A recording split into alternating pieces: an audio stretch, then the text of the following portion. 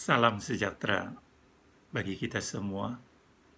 Puji Tuhan kita dapat kembali memperoleh anugerah kesempatan yang indah untuk bersekutu bersama-sama juga secara pribadi dengan Tuhan Yesus, firman Allah yang hidup.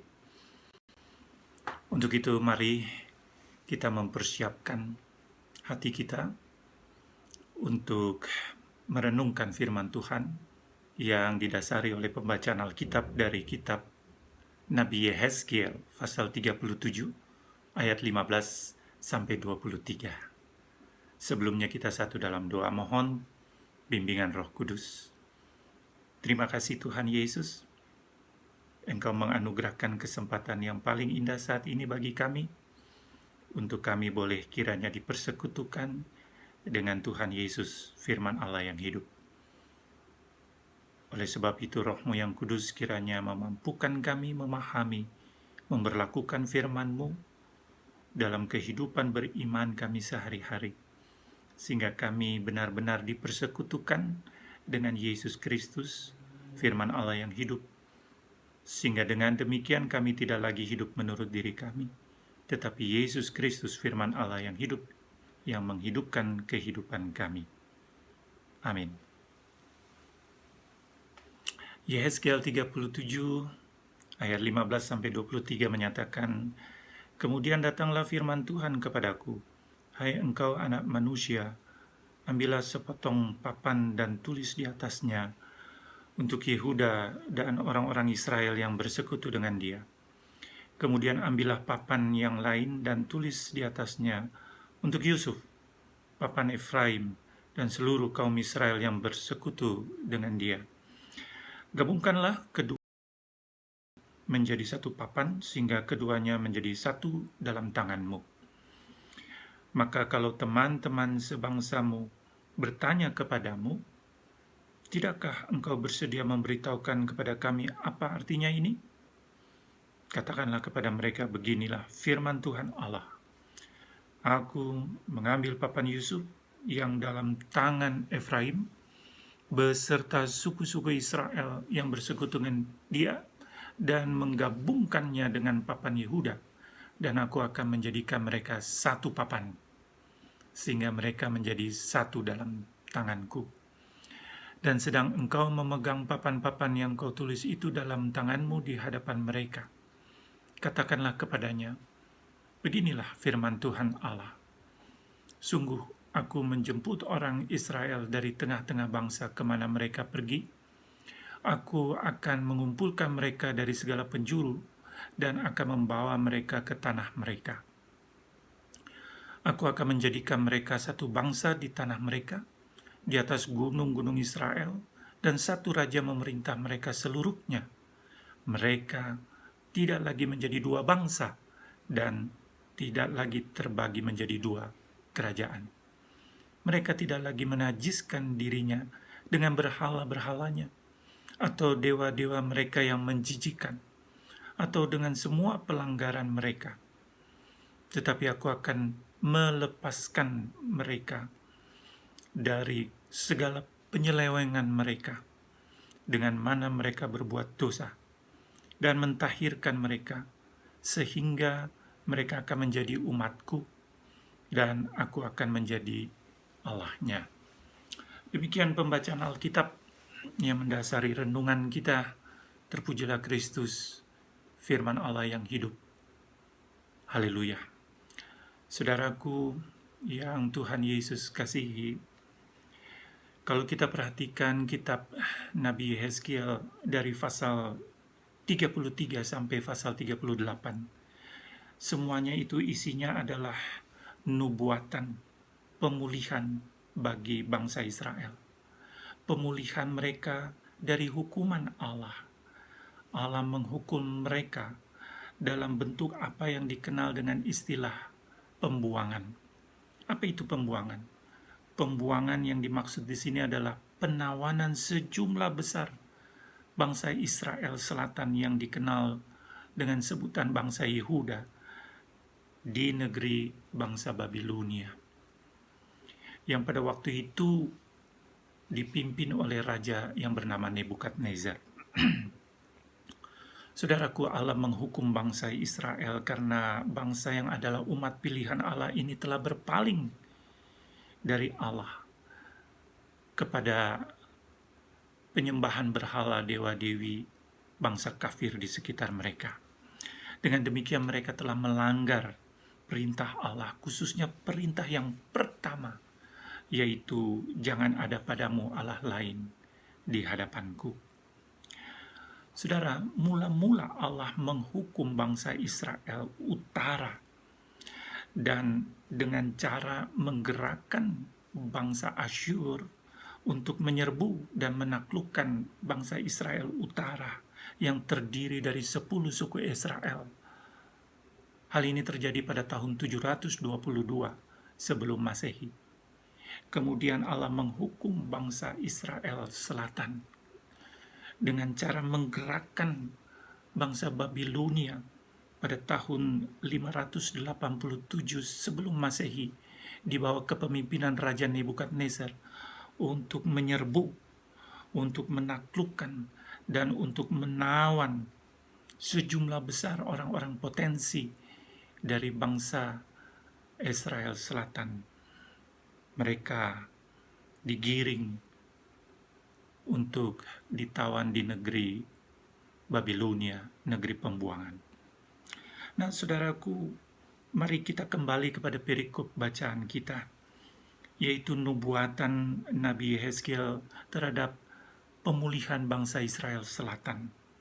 Dikatakan pada ayat 21 bahwa Allah akan menjemput orang Israel dari tengah-tengah bangsa, negeri-negeri yang mereka di mana tercerai-berai, untuk disatukan lagi, baik Israel Utara maupun Israel Selatan, menjadi satu, dibawa mereka kembali ke tanah mereka, tanah perjanjian, kampung halaman, negeri Kanaan.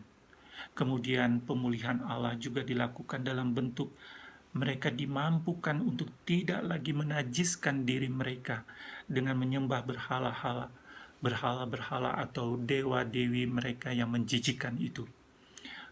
Pelanggaran penyelewengan mereka diampuni, mereka ditahirkan Allah.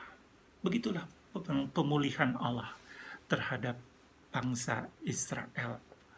Saudaraku, firman Allah pagi hari ini mau mengingatkan kepada kita satu hal, bahwa selalu karya layan Allah itu adalah semata-mata bertujuan untuk memulihkan segala sesuatu. Pada saat ini, umat manusia di muka bumi ini sedang berada dalam situasi yang mencekam. Stres, frustrasi, depresi, atau bahkan skeptis terhadap masa depan yang serba tidak pasti karena pandemik virus corona. Ingatlah firman Tuhan pagi hari ini. Satu hal saja, Allah selalu berkarya. Karya layannya itu adalah untuk memulihkan segala sesuatu. Tapi Allah tidak mau melakukannya sendirian. Allah ingin saudara dan saya untuk terlibat aktif dalam karya layannya, yaitu karya layan untuk memulihkan segala sesuatu dalam bentuk berbagai macam kegiatan. Bisa kegiatan menyembuhkan, bisa kegiatan memulihkan itu dalam bentuk mendamaikan, mensejahterakan, memperbaiki, membangun, memperbaharui, memerdekakan, dan juga bisa dalam bentuk pemulihan itu dalam bentuk kegiatan berjuang untuk menegakkan kebenaran dan keadilan Allah. Semuanya itu tentu untuk dapat menyelamatkan segala makhluk ciptaan Allah. Nah, saudaraku, kiranya Tuhan Yesus memberkati kita agar kita semua dimampukan untuk terlibat aktif dalam karya layan Allah yang bertujuan untuk memulihkan segala sesuatu. Amin. Kita berdoa. Terima kasih Tuhan Yesus. Engkau berkenan bersabda kepada kami. Dan Engkau terus melakukan karya Allah yang memulihkan itu bersama-sama dengan kami. Mampukan kami dengan kuat kuasa Roh-Mu yang kudus untuk terus bertekun terlibat aktif dalam karya layan-Mu yang memulihkan itu. Memulihkan segala sesuatu. Sehingga dengan demikian segala makhluk ciptaan-Mu dapat terselamatkan. Termasuk juga pemulihan dari situasi keadaan yang mencekam akibat dari pandemik virus corona. Biarlah Bapa Surgawi, kami boleh terus dimampukan oleh kuasa Roh-Mu yang kudus untuk fokus kepada inti saripati iman percaya kami yang adalah Allah yang terus berkarya layan untuk memulihkan.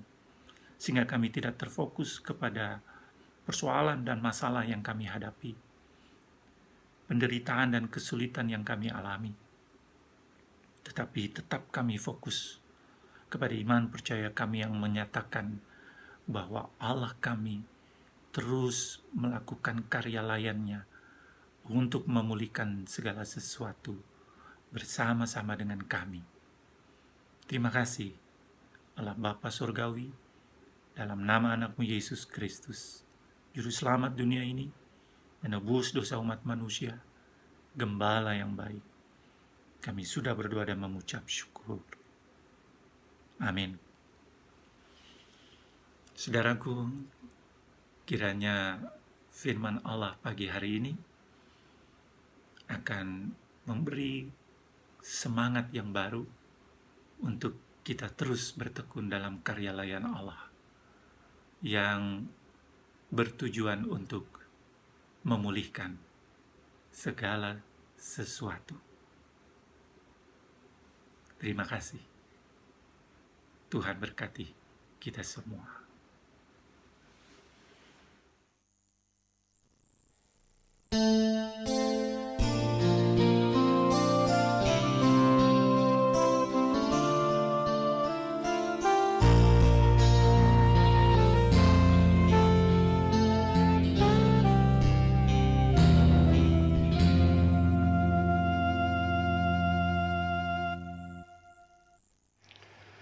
GPIB bergerak, demikian moto yang diambil oleh Satgas GPIB dalam rangka menanggulangi dampak dari COVID-19. Ternyata saudara-saudara, kita perlu memperhatikan pensiunan pendeta, para janda, dan duda dalam bentuk pemberian bantuan sembako.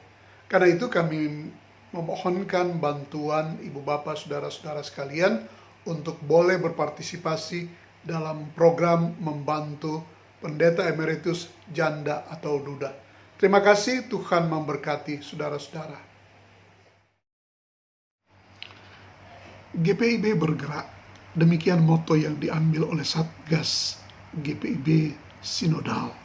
Kami sudah berbuat banyak menanggulangi dampak COVID-19, namun masih banyak juga yang membutuhkan. Karena itu kami menghimbau warga jemaat ataupun simpatisan untuk boleh berpartisipasi dalam penanggulangan dampak COVID-19 ini. Dengan segala sukacita partisipasi saudara-saudara kami sambut. Terima kasih, Tuhan memberkati.